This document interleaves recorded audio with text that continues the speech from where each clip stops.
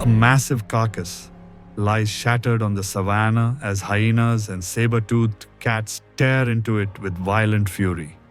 Hidden in the grass, a tiny Homo habilis watches, small, nervous, yet drawn to the dangerous opportunity. It has no sharp claws or powerful jaws, only bare hands, and a mind beginning to solve problems. When predators leave, it dashes forward, grabbing a marrow-rich bone, an action that will echo through human history. This moment takes us back to Earth 2.2 million years ago, a world changing faster than any species could predict. In East Africa, forests shrink while vast grasslands spread across the Rift Valley, reshaping every life that depends on them. For millions of years, our ape-like ancestors lived safely in trees, far from ground predators. But unstable climate patterns began forcing them down to the ground, where danger was constant and unavoidable. Australopithecus walked upright, yet their long arms and curved fingers still served a life built around climbing. Their world was vertical, branches for food, trunks for safety, and the sky as their shelter. As forests thinned, fruit became scarce, forcing them to explore the exposed, unpredictable grasslands. These challenges favored individuals able to walk farther, scan widely, and react quickly to shifting conditions. From this pressure emerged a new hominin, still primitive, yet taking its first steps toward becoming human. This was Homo habilis, the handyman, living in Africa between 2.4 and 1.0 million years ago. Fossils from Olduvai Gorge revealed a larger brain and the earliest clear evidence of stone tools. Yet, Homo habilis never knew it was special. It simply fought hunger and fear each day. Imagine standing only 4 feet tall among predators, far larger, faster, and deadlier than you. With no natural weapons, survival depended on cooperation, awareness, and careful decision-making. Meanwhile, climate pulses transformed East Africa, replacing forest patches with wide, risky grasslands. Lakes rose one season and shrank the next, making water unpredictable and mobility essential. Groups that explored farther and tried new foods gained better chances of surviving these changes. Australopithecus still relied heavily on climbing, but the vanishing forests offered fewer safe refuges. Their long arms helped in trees, but made long-distance walking less efficient on the open plains. Homo habilis still carried some climbing traits, yet their legs were better suited for ground travel. With longer strides, they could reach scattered waterholes and spot danger earlier across the savannah. Homo habilis remained small, about 4 feet tall and 70 to 80 pounds, vulnerable on open terrain. Their arms stayed relatively long, a lingering echo of their tree-climbing ancestors. But their legs grew stronger and more stable, allowing longer journeys across harsh, open landscapes.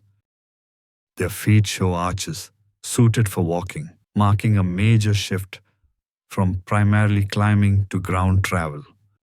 Inside their skulls, their brains were about 37 cubic inches, small but well developed in the key areas.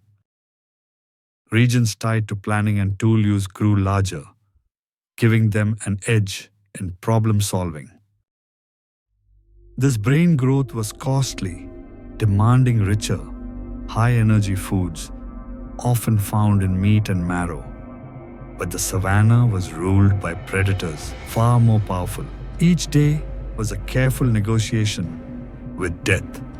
Saber-toothed cats ambushed from tall grass, striking with enormous canines built to pierce thick hides.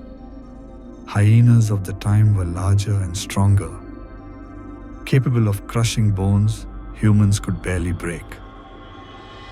Along rivers, gigantic crocodiles waited, powerful enough to drag early humans underwater in seconds. Even peaceful grazers like ancient elephants or giant buffalo could become deadly if surprised. Because of this, Homo habilis rarely traveled alone. Safety came from moving as a group. They used height advantages, climbing low trees or rocks, to scan for predators before approaching water. Waterholes were essential yet dangerous, attracting both prey and predators in desperate seasons. To survive here, Homo habilis relied on awareness, listening to distant calls and reading subtle movements in the grass. Their senses were sharp, but their greatest strength was emerging intelligence, guiding careful decisions. As climate shifts continued, food sources changed unpredictably, forcing them to widen their diet. They gathered fruits, roots, insects, and small animals, any calorie that could keep the group alive. But meat and marrow offered unmatched energy, pushing them into competition with powerful predators. They often arrived after predators fed, using simple stones to open bones left behind. This scavenging strategy was risky but essential, giving their developing brains the fats they desperately needed. Working together, they kept watch while others collected scraps, showing early hints of social cooperation.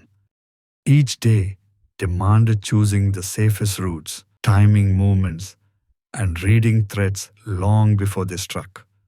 These constant pressures shaped their evolution, preparing them for the next great leap, the rise of stone tools. Over time, simple stones became more than stones. They became solutions to survival challenges. The earliest tool tradition, called Oldowan, marks one of humanity's greatest turning points. Oldowan tools began around 2.6 million years ago, crafted by striking stones to produce sharp edges. These tools were simple, cores with flakes removed, and sharp flakes used like primitive knives. Creating them required intention, choosing the right rock, angle, and force to split it correctly. This ability shows foresight, imagining a tool before it exists, then shaping stone to match that idea. Sharp flakes allowed them to cut meat quickly, reducing the time spent exposed to predators. They used tools to slice tendons, remove hides, and break open bones unreachable by bare hands. Marrow inside bones offered precious fat, crucial fuel for their growing brains. With tools, they accessed food no other primate could reach, unlocking new evolutionary pathways. These tools spread across East Africa, showing they weren't accidents. They formed a consistent tradition. Making tools likely involved teaching, with young individuals watching and imitating experienced members. This shared knowledge marks one of the earliest signs of cultural behavior in human evolution. Some stone fragments traveled far from their origin, showing intentional carrying for future use. Tool use changed their social dynamics. Individuals with skill gained importance within the group. With sharper tools, even small groups could compete for carcasses left by huge predators. They often worked quickly, cutting meat and leaving before hyenas or big cats returned. This behavior wasn't random. It showed planning, coordination, and awareness of the risk involved. Evidence suggests they returned repeatedly to certain sites, forming early workshop locations. These workshop sites show clusters of broken stones, clear signs of deliberate, repeated tool production. Tool making reshaped their hands, selecting for stronger thumbs and better grip control. Over generations, this feedback loop, tools improving survival, survival enabling better tools, accelerated brain development. Oldowan tools were simple, but their impact was profound, opening diets that fueled larger brains. With new abilities came new challenges, pushing Homo habilis into bolder strategies for finding food. Their tools marked the first technological step, tiny stones that began the long journey toward humanity. Over time, simple stones became more than stones. They became solutions to survival challenges. The earliest tool tradition, called Oldowan, marks one of humanity's greatest turning points. Oldowan tools began around 2.6 million years ago, crafted by striking stones to produce sharp edges. These tools were simple, coarse with flakes removed and sharp flakes used like primitive knives. Creating them required intention, choosing the right rock, angle and force to split it correctly. This ability shows foresight, imagining a tool before it exists, then shaping stone to match that idea. Sharp flakes allowed them to cut meat quickly, reducing the time spent exposed to predators. They used tools to slice tendons, remove hides, and break open bones unreachable by bare hands. Marrow inside bones offered precious fat, crucial fuel for their growing brains. With tools, they accessed food no other primate could reach, unlocking new evolutionary pathways. These tools spread across East Africa, showing they weren't accidents. They formed a consistent tradition. Making tools likely involved teaching, with young individuals watching and imitating experienced members. This shared knowledge marks one of the earliest signs of cultural behavior in human evolution.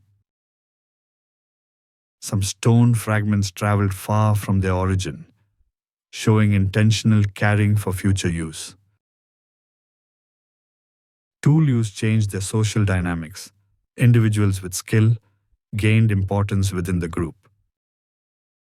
With sharper tools, even small groups could compete for carcasses left by huge predators. They often worked quickly, cutting meat and leaving before hyenas or big cats returned. This behavior wasn't random. It showed planning, coordination, and awareness of the risk involved. Evidence suggests they returned repeatedly to certain sites, forming early workshop locations. These workshop sites show clusters of broken stones, clear signs of deliberate, repeated tool production. Tool making reshaped their hands, selecting for stronger thumbs and better grip control. Over generations, this feedback loop, tools improving survival, survival enabling better tools, accelerated brain development. Oldowan tools were simple, but their impact was profound, opening diets that fueled larger brains. With new abilities came new challenges, pushing Homo habilis into bolder strategies for finding food. Their tools marked the first technological step, tiny stones that began the long journey toward humanity. The African plains were ruled by predators far stronger than Homo habilis could ever be. Among them were saber-toothed cats, ambush specialists with deadly canines built for piercing thick hides. They attacked with explosive power, giving early humans only seconds to react or escape. Hyenas of the time were even larger than today, capable of crushing bones with incredible force. These hyenas often stole carcasses from big cats and would do the same to early humans. Along rivers, enormous crocodiles waited silently, striking with terrifying speed when anything approached. Even large herbivores, giant buffalo and ancient elephants, became threats when startled. Because of this, Homo habilis approached open areas cautiously, always scanning for danger. They relied on teamwork, one watching, while others searched for food or water. Their cooperation wasn't complex language, but simple calls, gestures, and shared awareness. These basic forms of communication helped them coordinate movements and avoid predators. They kept mental maps of safe paths, watering points, and places where animals often gathered.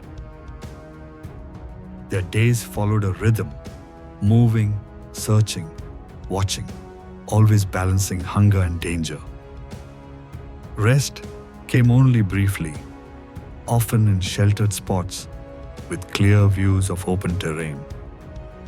Even while resting, they stayed alert, ears tuned to distant calls and vibrations in the ground. Survival meant predicting danger before it happened, reading signs invisible to most other animals. They recognized patterns. Lions hunted at dawn, hyenas prowled at night, crocodiles struck at midday heat. These observations shaped when they traveled, ate, and rested, forming the first survival strategies.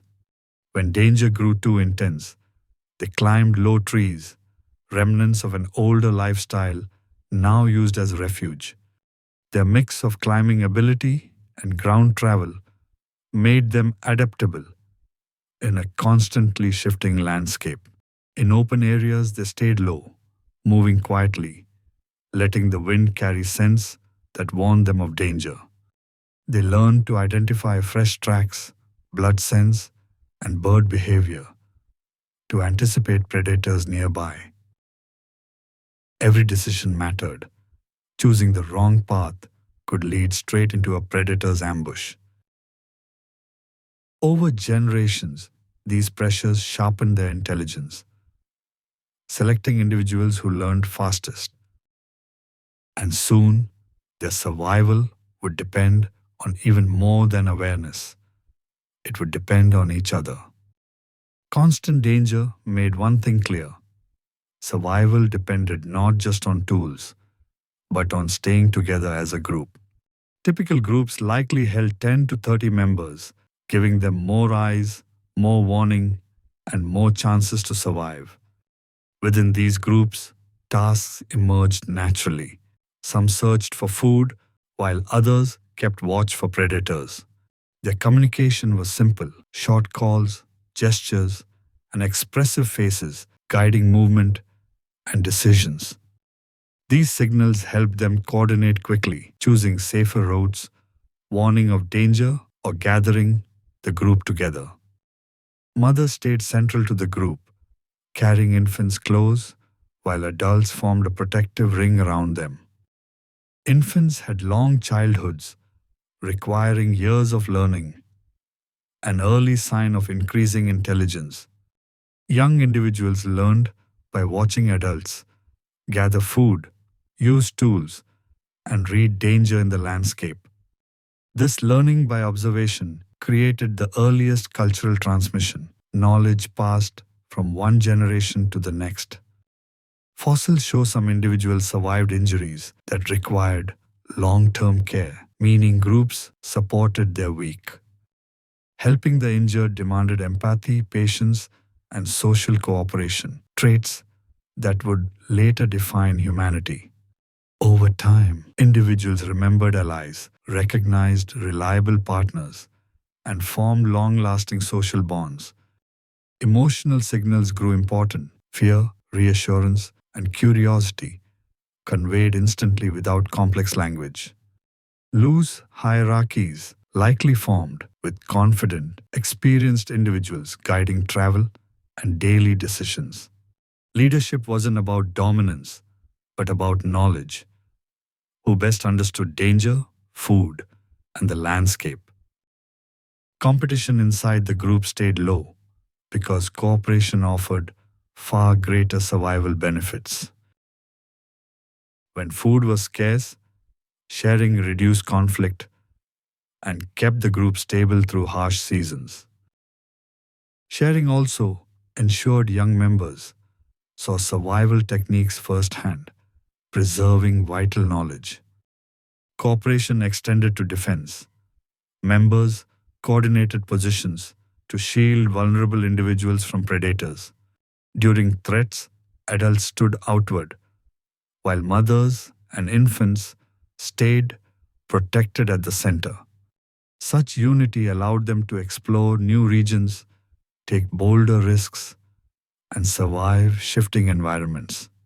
Living socially reduced isolation, promoting emotional growth and constant learning within the group. Even without complex language, their signals carried meaning: warnings, requests, or calm encouragement. These foundations, cooperation, teaching, and emotional bonding, formed the earliest blueprint of human society. Soon, however, they would share the landscape with other human species, setting the stage for new competition. As Homo habilis adapted to their world, a new presence began to shape the landscape: other human species. The first was Homo erectus, taller, stronger, and equipped with a brain nearly twice the size of habilis. Homo erectus stood around 5.5 feet, with long legs built for powerful, efficient travel. Their larger brains enabled better planning, improved coordination, and more advanced tool-making abilities. They created the Acheulean tradition: hand axes shaped with symmetry and intention, far beyond Oldowan tools. These hand axes allowed efficient butchering, woodcutting, and digging, abilities that expanded their range greatly. Compared to habilis, erectus could travel farther, endure harsher climates, and access more food sources. Their success created direct competition, as both species relied on similar regions and overlapping food supplies. At the same time, Paranthropus roamed Africa, robust hominins with massive jaws built for crushing tough plants. Though not direct competitors for meat, Paranthropus still shared space and water with early humans. Their powerful chewing muscles dominated their skulls, giving them a distinctive, heavy facial structure. Another species, Homo rudolfensis, also lived during this era, with larger brains and distinct facial anatomy. Rudolfensis may have used similar Oldowan tools, suggesting multiple species shared early technological traditions. With 3 hominin species occupying the same regions, competition intensified across water, shelter, and food. Homo habilis, being smaller and less equipped, often arrived last and faced constant disadvantage. When carcasses appeared, erectus usually reached them first, using better tools to harvest meat quickly. These disadvantages pushed habilis into riskier scavenging, taking what remained after larger competitors fed. Climate instability made this competition even harsher, as droughts shrank resources and drove species closer together. During dry seasons, waterholes became crowded arenas where predators and hominins clashed for survival. Groups needed stronger coordination than ever, watching both predators and rival hominin species. Habilis relied on agility and quick decision-making, avoiding direct conflict with stronger species. These encounters shaped their behavior, selecting individuals who could navigate danger with caution and creativity. Even as challenges grew, habilis continued refining tool use and cooperation, key advantages that kept them alive. Each day demanded careful choices: which path to take, which areas to avoid, and when to approach food sources. In this crowded world of early humans, Homo habilis struggled but endured, adapting one challenge at a time.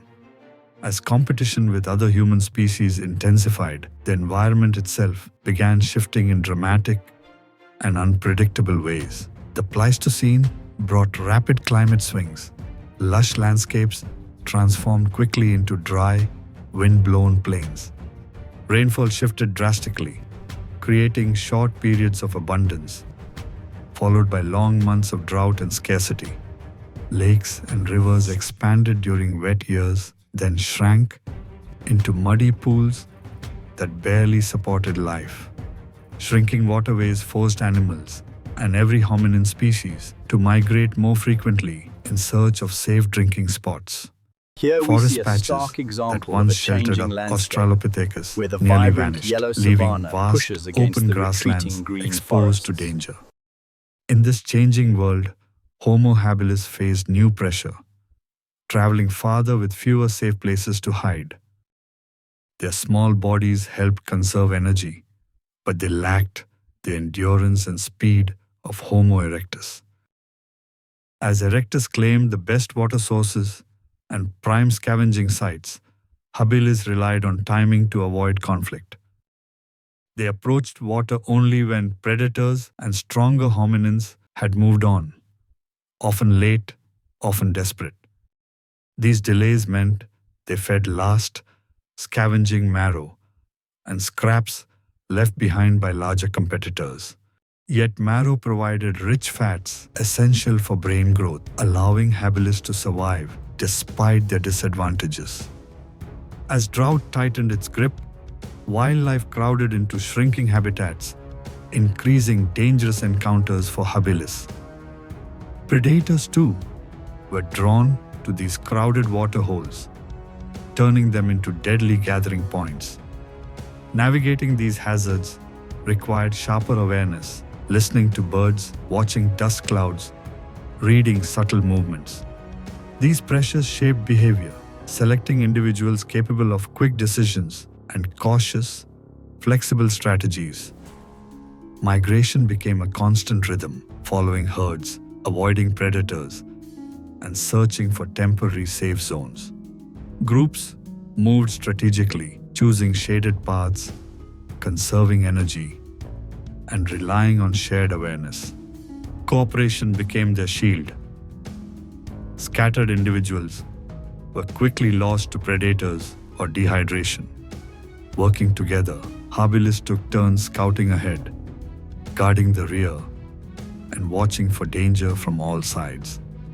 These coordinated movements helped them endure landscapes increasingly dominated by Homo erectus and harsh climates. But every year brought sharper droughts, fewer resources, and stronger competition than the year before. Many habilis groups moved to new territories, yet expanding deserts and fragmented forests limited their options. Each generation faced a harsher world, tougher predators, fewer shelters, and more powerful human rivals. Yet despite the odds, Homo habilis endured, small, inventive survivors clinging to a changing world. As climate pressures intensified, competition with other human species became even sharper, especially against the expanding Homo erectus. Erectus thrived in the changing landscape, using endurance and advanced tools to secure food before habilis could reach it. Their larger bodies and greater stamina allowed them to travel farther, hunt better, and dominate prime territories. Compared to them, Homo habilis, small, agile but limited, struggled to match the speed and efficiency of their rivals. Meanwhile, rainfall became erratic. Shrinking lakes and riverbeds forcing habilis to take longer, riskier journeys. Their bodies, built for mixed climbing and short travel, weren't ideal for long migrations across open heat. Exhaustion made them vulnerable. Predators targeted the weak, and dehydration claimed others before they found water. Fossil layers from this era show decreasing habilis remains, evidence of slow but steady population decline. As erectus grew in number, they secured water holes, shaded shelters, and carcasses critical for survival. Habilis avoided confrontation, but avoidance meant fewer feeding chances, deepening their nutritional stress. Their Oldowan tools, once revolutionary, were now overshadowed by the precise and durable Aculean hand axes. Because Erectus butchered animals faster, habilis increasingly found only bones and scraps too small to sustain groups. Climate extremes intensified mortality, especially among the young and elderly who couldn't endure prolonged travel. Even Paranthropus, once powerful plant eaters, declined during these changes, unable to adapt to tougher vegetation. As habitable zones shrank, habilis groups became isolated, limiting genetic exchange needed for long-term resilience. Isolation weakened cultural continuity, tool skills became inconsistent, and cooperative strategies varied between groups. Meanwhile, Homo erectus expanded beyond Africa, demonstrating adaptability that habilis could no longer match. Back in Africa, habilis numbers dwindled, surviving only in scattered pockets, with limited food and shelter. Their decline wasn't sudden. No great catastrophe ended them. Instead, each generation simply struggled more than the last. Eventually, habilis vanished from the fossil record, replaced almost entirely by erectus across East Africa. Their disappearance reflected natural evolutionary pressure, competition, climate, and gradual replacement, not failure. The strengths that once helped habilis thrive became insufficient in a world demanding endurance, strategy, and technological skill. Still, habilis left an enduring legacy: simple stone tools, early cooperation, and the first sparks of expanding intelligence. Their innovations paved the way for future humans, each advancement forming the foundation for the next evolutionary leap. And though they vanished, Homo habilis remains the species that first set humanity's journey in motion. Homo habilis is gone, yet its story continues, woven silently into the history of every later human species. Their struggles on African plains shape behaviors that would guide humans long after their bones turned to stone. By moving together, they proved that group unity would be one of humanity's greatest survival tools. Their simple signals, gestures, calls, shared glances were the first threads of the social web we rely on today. When they taught their young to use stones, they began a chain of learning that has never been broken. Each repeated lesson turned survival tricks into tradition, transforming raw experience into shared knowledge. That flow of knowledge, parent to child, elder to youth, became the backbone of human culture. Their tools were crude, yet they carried a radical idea.